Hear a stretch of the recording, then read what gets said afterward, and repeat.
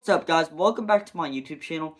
Today we are on day 15 of what every MLB team wants for Christmas, which is wild. We're officially halfway through this series. I appreciate you guys and I appreciate all the support. You guys have been absolutely awesome during this series. But we're officially in the National League today, which is crazy. I like the National League better, but the Diamondbacks are in, so it might be biased.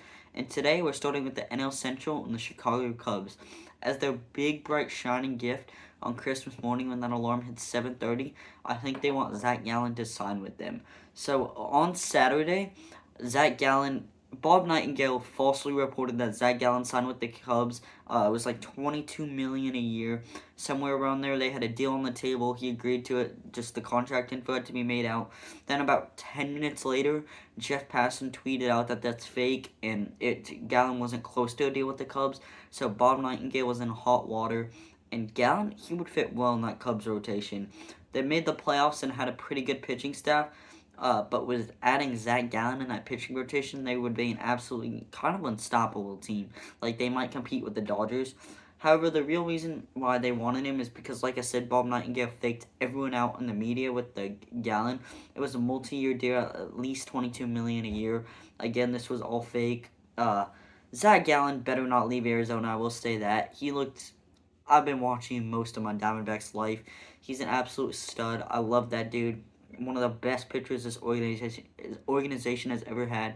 We've had Randy Johnson, Kurt Schilling, a bunch of Brandon Webb. We've had so many good pitchers, and for him to be at the top of that list or close is kind of insane. Because, like I said, we've had many great pitchers, and when he's right, he's a top 10 pitcher in baseball. The keyword is when he's right. He's been a little slow the last couple of years since 2023, but even then, if you look at his 24 and 25 stats, they're not that bad.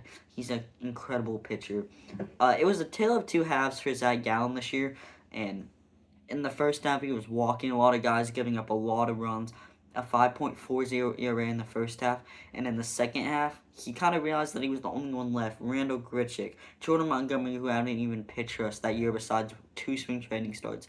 He was the only one there, so he kind of realized he needs to lock in if he wants to get paid, or just become a good pitcher, because he was the only guy left in that Diamondbacks clubhouse, and he remembered our pitch, stopped walking guys, a 3.97 ERA in the second half after the trade deadline compared to a 5.40, which is much better.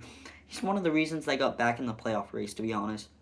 In 2025, he had an ERA of 4.83 with 192 innings pitched with 175 strikeouts. That's the thing. The strikeouts and the innings pitched will always be there. He eats innings like there's no tomorrow. It's crazy.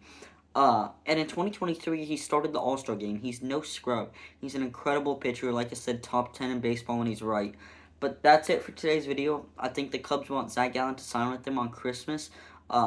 For their Christmas Wish series. And I will say it's kind of funny. Gallen got engaged this weekend and said the only contract he signed this week. So that was funny. Thank you guys for watching.